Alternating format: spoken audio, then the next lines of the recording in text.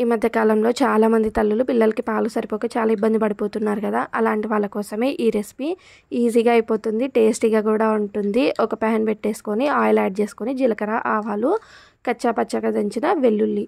ఈ వెల్లుల్లి అనేది మనము ఎక్కువగా యాడ్ చేసుకోవాలి. ఇక్కడ నేను నార్మల్గా చేస్తున్నాను కాబట్టి లైట్గానే యాడ్ చేశాను.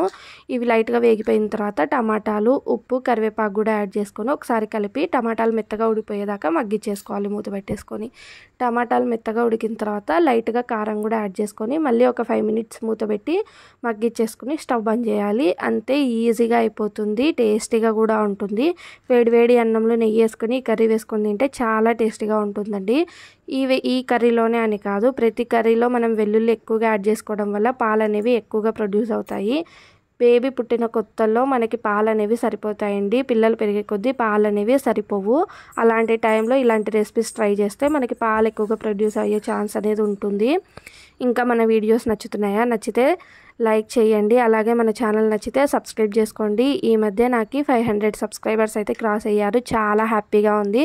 తొందరలోనే 1K సబ్స్క్రైబర్స్ అవుతారని అనుకుంటున్నాను. సబ్స్క్రైబ్ చేసుకున్న ప్రతి ఒక్కరికి చాలా థ్యాంక్స్ అండి. ఇట్లాగే ఎంకరేజ్ చేస్తారని అనుకుంటున్నాను.